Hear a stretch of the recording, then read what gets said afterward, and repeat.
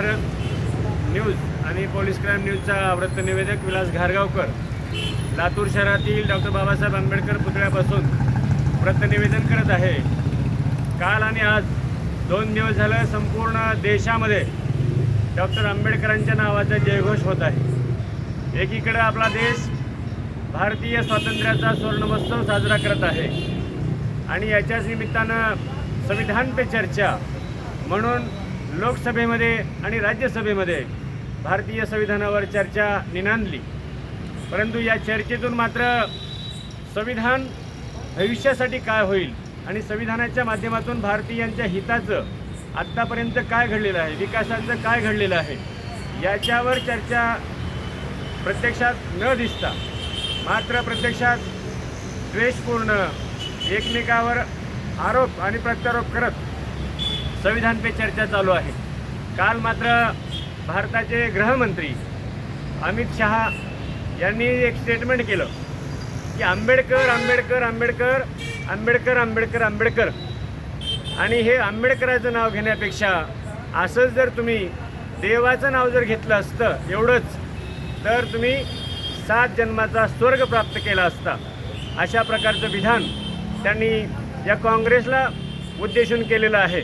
परंतु या ठिकाणी राजकारण घडायचं ते राजकारण घडलं आणि अमित शहा यांच्या मनातील देखील हेतू हा त्या ठिकाणी उघड पडला। त्यामुळं देशातील संपूर्ण आंबेडकरी विचाराचे सर्व अनुयायी असतील, आंबेडकरी विचाराचे राजकर्ते असतील, समाजसेवक असतील, सर्वांनी मात्र अमित शहा आणि भाजपाला टार्गेट केलं की हे लोक आंबेडकरी विचाराच्या विरोधातले आहेत की काय म्हणून, अशी त्यांनी शंका व्यक्त केली। आणि संपूर्ण देशभर संपूर्ण बऱ्याच राज्यामधील विधानसभेमध्ये, लोकसभेमध्ये आणि राज्यसभेमध्ये देखील आज संपूर्ण दिवसभर त्याचे पडसाद उमटले। लोकसभेमध्ये तर एवढे भयानक पडसाद उमटले की त्या ठिकाणी प्रत्यक्षात विरोधी पक्षनेते ज्या वेळेस संसदेमध्ये येत होते त्याच वेळेस राहुल गांधी, प्रियंका गांधी आणि मल्लिनाथ खरगे यासारखे ज्येष्ठ नेते येत असताना आणि विरोधी पक्षाचे लोक समोर येत असताना त्या ठिकाणी मात्र भाजपाचे सत्तारूढ खासदार मात्र गेटवरती त्यांना अडवताना दिसले। आणि या प्रतिक्रियेतून दिसत आहे की सत्तारूढ खासदारांच्या काही लोकांच्या हातामध्ये काठ्या देखील दिसल्या। त्या ठिकाणी 2 खासदार भाजपाचे देखील वयोवृद्ध होते, ज्येष्ठ खासदार होते, ते देखील पडलेले आहेत, त्यांना जखमा झालेल्या आहेत। दुसरीकडं काँग्रेसचे ज्येष्ठ नेते असलेले मल्लिनाथ खरगे हेही पडले म्हणून त्या ठिकाणी बोललं जात आहे, त्यांनाही जखम झालेली आहे। आणि मग 2 खासदार भाजपाचे हे देखील ICUमध्ये गेलेले आहेत। आणि तिकडं प्रत्यक्षात पाहिलं तर काँग्रेसच्या लोकांनी मात्र पुन्हा याच मुद्दा घेऊन अक्षरशः भाजपाच्या लोकांवरती गुन्हा दाखल करण्याचा, FIR नोंदण्याचा हा भारताच्या इतिहासामध्ये आणि संविधान पर चर्चा भारतीय संविधानाचा स्वर्णमहोत्सव करत असताना गुन्हे दाखल जर त्या ठिकाणी होत असतील आणि विरोधी पक्षाला संसदेमध्ये येण्यासाठी जर मज्जाव करत असतील तर मला वाटतं आहे की निश्चितच त्या ठिकाणी आंबेडकरी विचाराचा गळा दाबण्याचं काम त्या ठिकाणी होतं आहे की काय, अशा प्रकारचं वाटत आहे।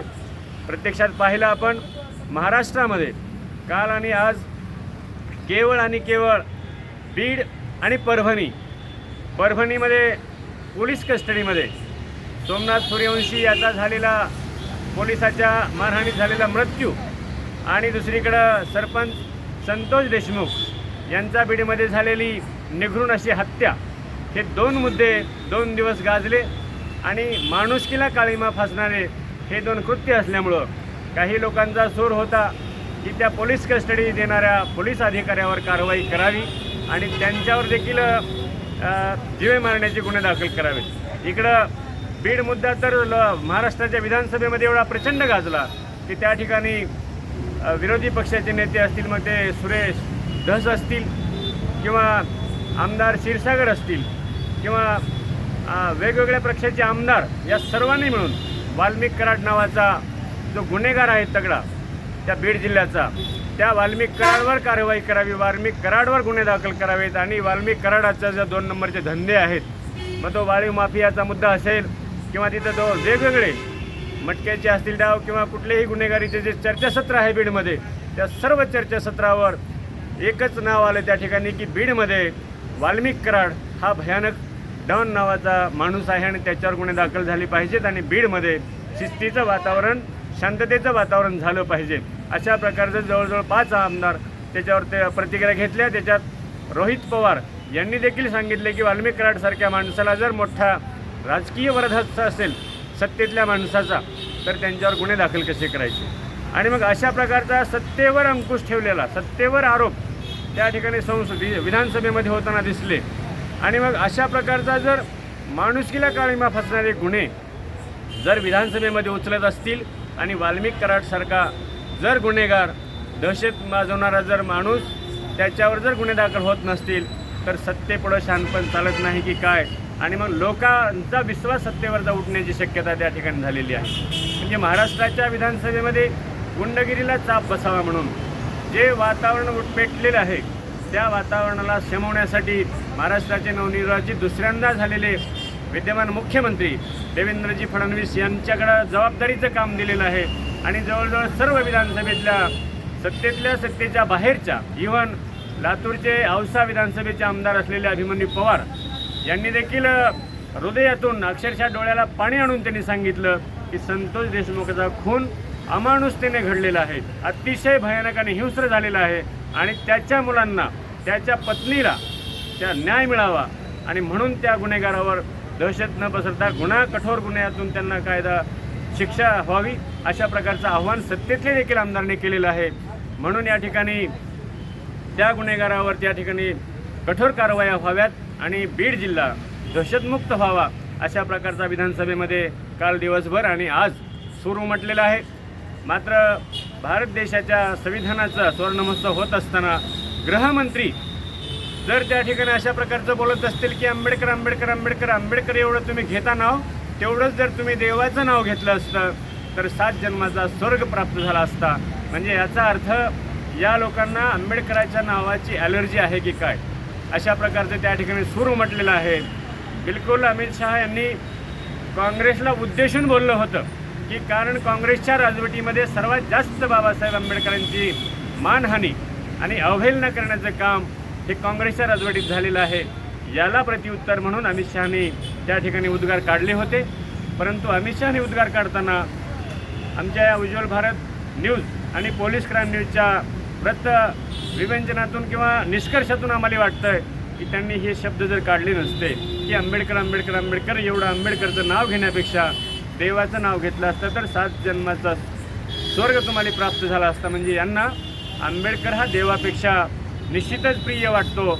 आणि देव म्हटल्यानंतर इकडं मनुस्मृती, भारतीय संविधानाला डावलून मनुस्मृतीचा आवाज मोठा करण्याचा आणि मनुस्मृती लागू करण्याचा जो संशय आंबेडकरी लोकांच्या विचारधारेत आहे तो संशय बळावताना दिसत आहे. प्रत्यक्षात मात्र पाहिलं तर आंबेडकर हे अमृत आहे, आंबेडकर हे संजीवनी आहे, आंबेडकर ही ऊर्जा आहे. आणि आंबेडकर नावामुळं या भारत देशातील सर्व उपेक्षित आणि सर्व वंचित समाज आज सन्मानाने जगण्याचा, हक्काला न्याय, हक्क, स्वातंत्र्य, समता, बंधुता हे मिळवण्याचा प्रयत्न करत आहे.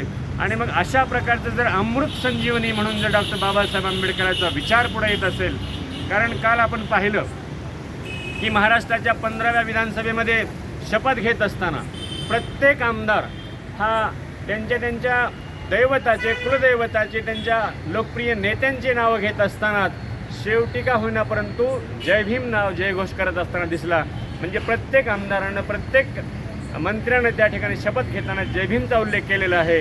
आणि काँग्रेस यावेळेस का असताना, अंतिम क्षणी का असताना, राहुल गांधीसारखा एक युवा, उमदा, तरुण नेतृत्व असलेला माणूस संपूर्ण देशभर आंबेडकराच्या नावाकडं आणि बाबासाहेबाचं संविधान घेऊन ज्यावेळेस आंबेडकर विचाराशिवाय या देशाला तरुणोपाय नाही किंवा आंबेडकरी विचाराशिवाय आपल्या भारत देशाची लोकशाही, आपल्या भारत देशाचं संविधान हे सन्मानानं चालणार नाही अशा प्रकारचा विचार ठेवलेला आहे.